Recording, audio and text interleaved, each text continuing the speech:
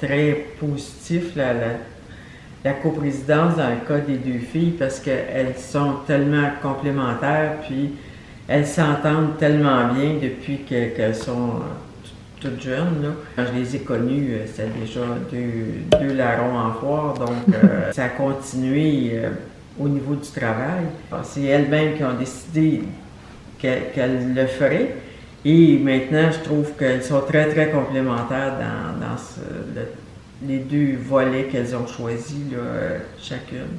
C'est clairement possible parce qu'on fait. Ça prend une complicité et un amour profond.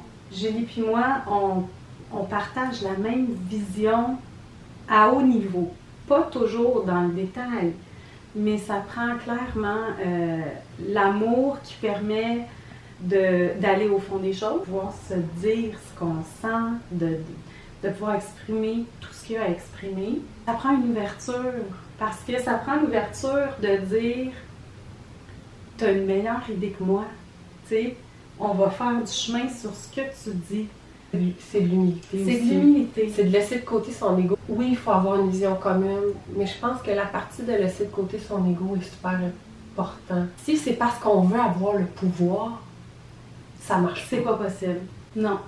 Parce que même si on est différentes puis qu'on a chacun nos champs d'action, ouais. Il reste que des fois, Julie est dans les miens puis moi, je suis dans les siens. Puis ça prend juste l'ouverture de dire « Hey, ben oui, viens-t'en, puis tu sais quoi, ce que tu fais, c'est mieux que ce que j'aurais fait. » J'ai entendu beaucoup d'entrepreneurs autour de moi, en entreprise avec leurs frères et sœurs, dire « Oui, mais ils travaillent moins fort que moi.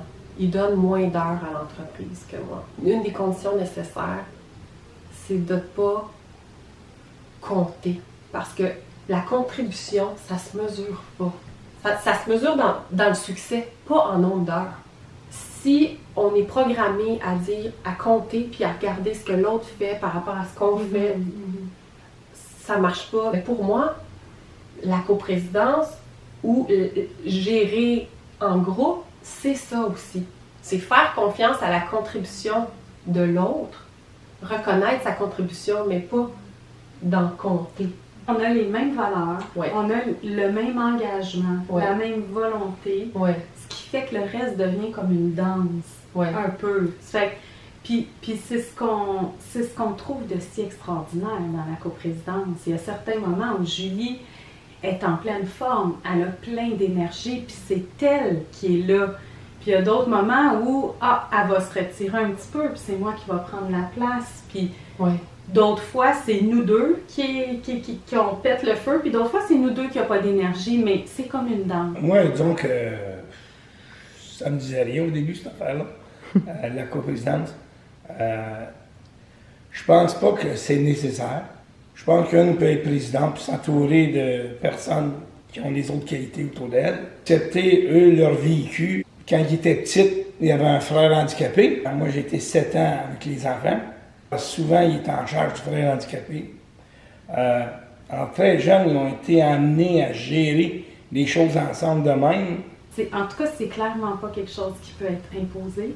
Non. Fait qu'il faut pas que ce soit le choix du parent. Il faut que ce soit le choix des personnes qui ont décidé de faire une coprésidence parce que c'était la meilleure décision pour l'entreprise. En fait, nous, on l'a imposé. C'est-à-dire qu'on a dit à notre père puis au conseil d'administration qui n'était pas d'accord au début avec la présidence, nous, c'est ça qu'on voit. C'est ça qu'on a à vous proposer. On ne voyait pas autre chose. Fait que c'est sûr que ça venait de nous. Fait qu'on le sentait puis on le portait. Il y a une grande harmonie entre les deux. Puis ça fait quelques années là, que c'est en place, ça fonctionne bien. Puis j'espère que ça va continuer.